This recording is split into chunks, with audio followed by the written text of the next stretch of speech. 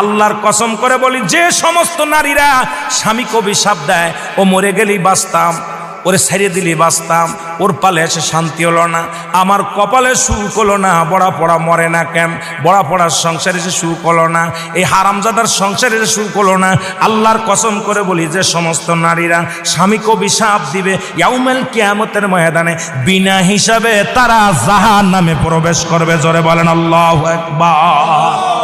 আমার মারা যারা মাইকের আওয়াজ শোনেন, শুনে নেন,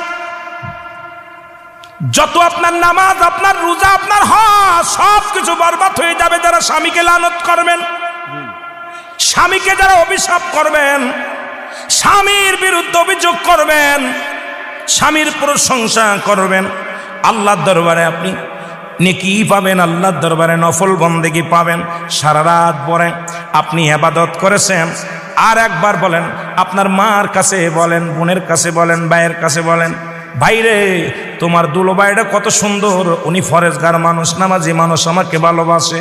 যদি স্বামীর প্রশংসা করো, এই দুনিয়ার মধ্যে নফল ইবাদত হয়ে যাবে, তোমার নেকি হবে, আমলনামায় লেখা হবে।